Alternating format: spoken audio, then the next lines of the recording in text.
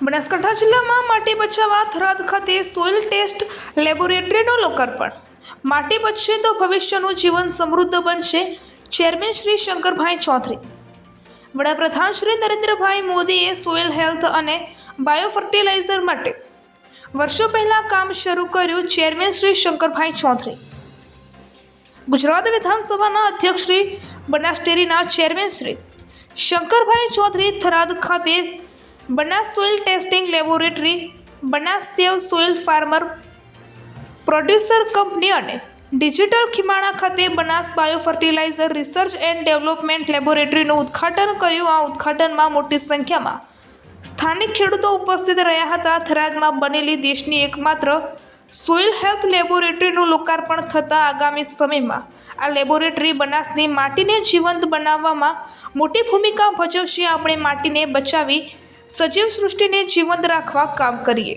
આ પ્રસંગે ચેરમેન શ્રી શંકરભાઈ ચૌધરીએ જણાવ્યું હતું કે પૂજ્ય સદગુરુના જન્મદિવસે બનાસને લેબોરેટરી રૂપે મળેલી આ નવી ભેટ છે।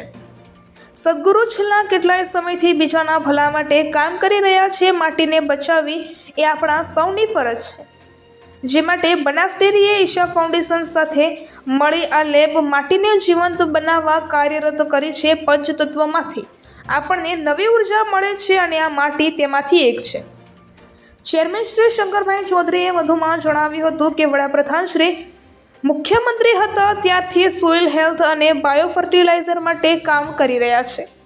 આણંદ કૃષિ યુનિવર્સિટી દ્વારા તૈયાર કરાયેલા બાયો ફર્ટિલાઇઝર તેનું પરિણામ છે। આજે આપણા જિલ્લામાં ખીમાણા ખાતે પ્રવાહી બાયો ફર્ટિલાઇઝર બનાવવાની શરૂઆત થઈ છે, જે આપણને કેમિકલયુક્ત ફર્ટિલાઇઝરથી મુક્તિ અપાવશે। ઝાડના પાંદડા અને પ્રાણીઓના મળમૂત્ર આપણે ધરતીનો ખોરાક છે।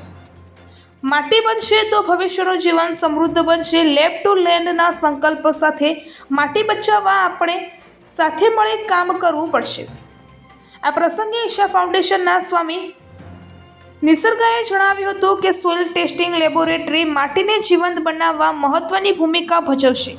સદગુરુ હંમેશા કહે છે કે માટી જીવંત છે અને તેમાંથી જ સમગ્ર પૃથ્વીનું નિર્માણ થયું છે। ખેડૂતો માટે બનાવેલી આ લેબોરેટરી આ વિસ્તારના ખેડૂતોને ઉપયોગી થશે। સદગુરુ પોતે પણ ખેડૂત છે અને ખેતી કરે છે। છેલ્લા 30 વર્ષ કરતાં પણ વધુ સમયથી ખેડૂતોના ઉત્થાન માટે તેઓ કામ કરી રહ્યા છે।